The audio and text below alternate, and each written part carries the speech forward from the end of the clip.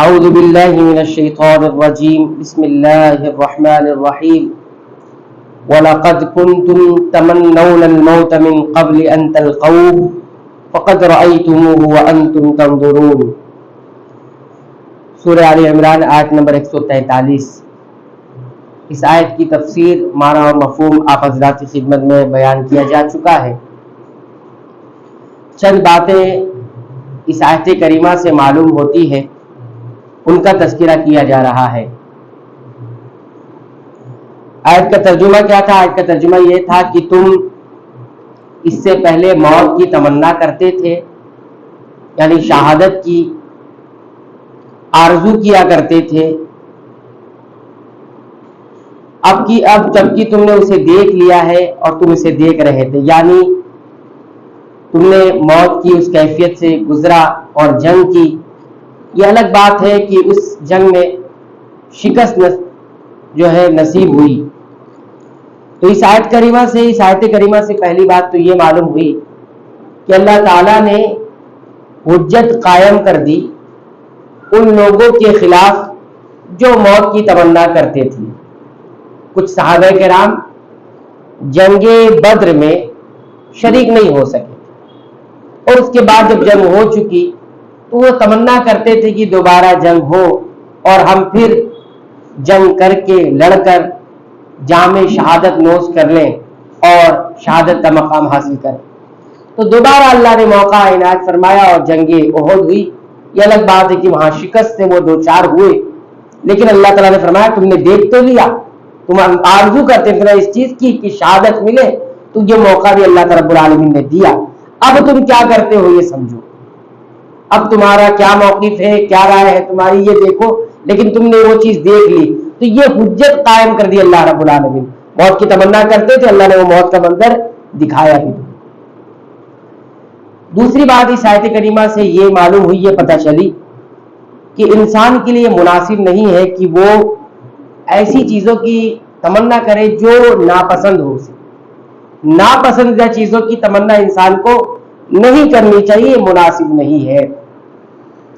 کیونکہ بسا اوقات جب وہ تمنا کر لیتا ہے کسی ایسی چیز کی جو ناپسند ہے، اور جب واقع ہو جاتی ہے، وہ چیز آ جاتی ہے، تو بسا اوقات انسان سنبھل نہیں پاتا اور صبر نہیں کر پاتا اپنی اس پہلی خواہش پہ جو خواہش پہلے کر رہا تھا۔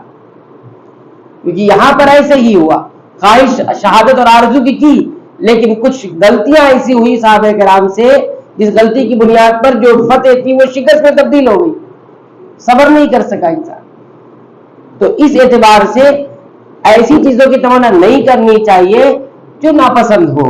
اسی لیے نبی کریم صلی اللہ علیہ وسلم نے اس موقع سے یہ بھی فرمایا تھا کہ تم دشمن سے مڈبھیڑ کی، یعنی دشمن سے تمہاری مڈبھیڑ ہو، جنگ ہو، اس سے جو اس کی تمنا مت کیا کرو، اور اللہ تعالیٰ سے عافیت کا سوال کیا کرو کہ یہ موقع کم سے کم آئے، عافیت ہو، یعنی دعوت جو ہے زیادہ زیادہ پھیلاؤ، وہ بات سمجھ میں آئے انہیں۔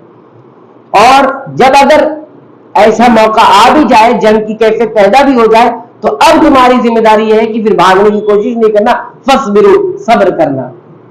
تو اللہ کے نبی صلی اللہ علیہ وسلم نے منع فرمایا کہ تم اس کی آرزو مت کرو کہ ہر وقت ہم دشمن سے مڈبھیڑ رہے، ہماری دشمن کی بالمقابل ہم رہیں، اس کی تمنا مت کیا کرو۔ یہ موقع آئے گا، اللہ رکھیں گے یہ موقع، لیکن تم یہ تمنا مت کرو جیسے صحابہ کرام نے یہ آرزو پیدا کر لی تھی کہ دشمن سے ہماری مڈبھیڑ ہوئے۔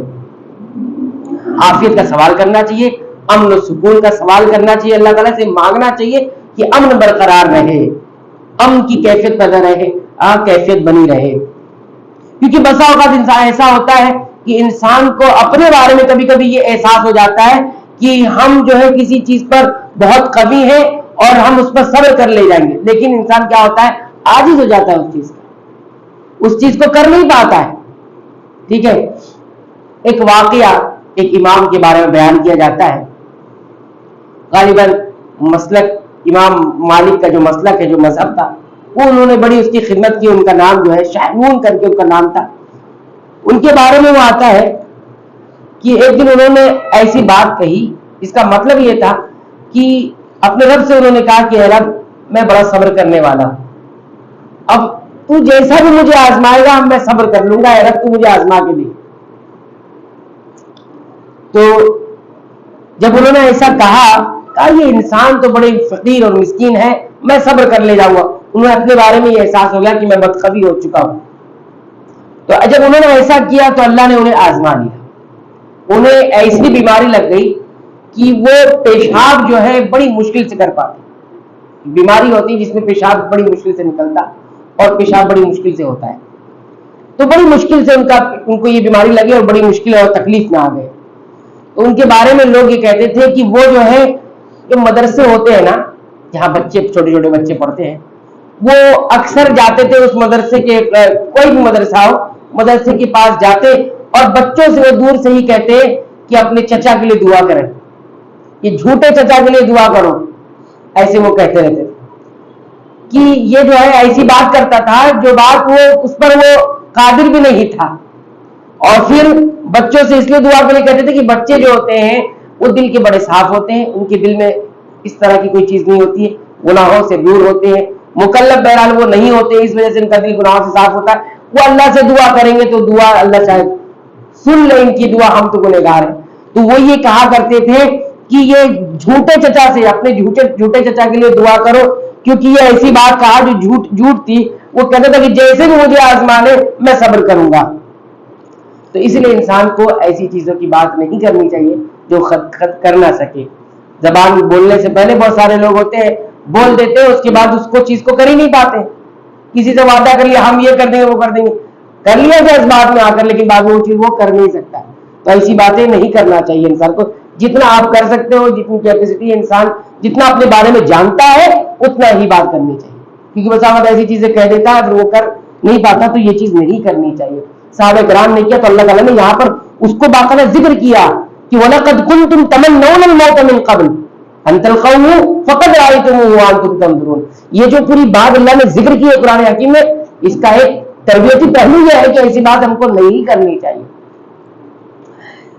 تیسری بات اس آیت کریمہ سے یہ معلوم ہوتی ہے کہ انسان اس انسان کو ڈانٹ ڈپٹ سکتا ہے جو انسان اپنے بارے میں کوئی چیلنج کر لے اور اپنے آپ کو بڑا سمجھنے لگ جائے، اور اس کے بعد وہ انسان جس کو یہ ساری کیفیت پہلے ہو چکی ہے اس کو ڈانٹ سکتا ہے. تم ایسی بات کیوں کر رہے ہو؟ نہیں کر سکتے. تم اپنے آپ میں یہ چیز ایسے محسوس کر رہے ہو نا کہ میں یہ کر لوں گا وہ کر لوں گا، یہ کر نہیں پاؤ گے تم. ہم بھی پہلے ایسے ہی کیا کرتے تھے اور ہم جو ہے ایسی حالت میں آ گئے. تو اس طور پہ انسان اس کو ڈانٹ بھی سکتا ہے، بتا بھی سکتا ہے کہ جیسے مثال کے طور پر ایک آدمی ہے، اب وہ اس کو یہ گمان ہو گیا کہ میں بہت صابر ہوں، بہت صبر کر سکتا ہوں اور میں ثابت قدم رہوں گا اگر اس طرح کی بات آ گئی تو. اب کیا ہوتا ہے جب اس کے پاس یہ سارے معاملات آتے ہیں، بڑی بڑی مشکلات، تکلیف، بیماریاں اور بہت ساری چیز آتی ہیں، اب وہ جو ہے صبر نہیں کر پاتا، پھسل جاتا ہے، ناصبرا بن جاتا ہے، گلے شکوے کرنے لگتا ہے.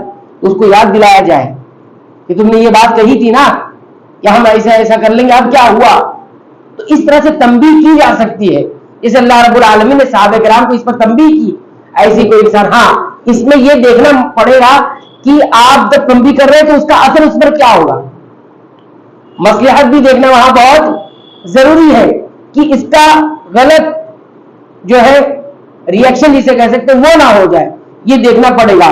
اگر ایسی چیز اگر دیکھ کر انسان کرتا ہے تو پھر اس کو تنبیہ کی جا سکتی ہے، اس کو ڈانٹا بھی جا سکتا ہے.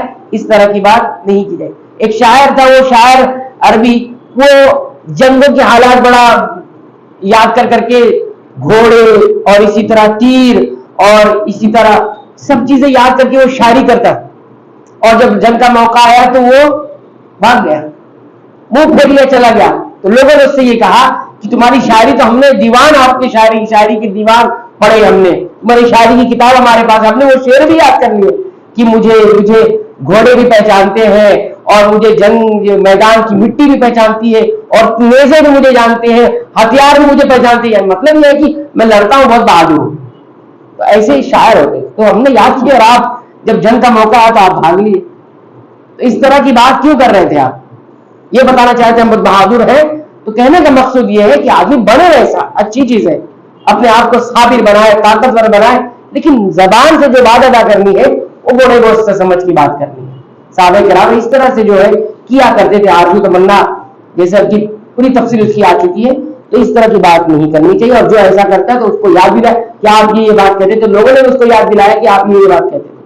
تو بہرحال یہ 4 باتیں آپ ذہن میں رکھیے, جو 3 باتیں انشاءاللہ مزید باتیں ہیں جو اس آیت کریمہ سے معلوم ہوتی وہ ذکر کی جائے گی. اللہ تعالیٰ سے دعا ہے کہ ان باتوں کو یاد رکھنے کی توفیق عنایت فرما اور اس کے مطابق اپنے تربیت کرنے کی ہمیں توفیق عنایت فرما. آمین.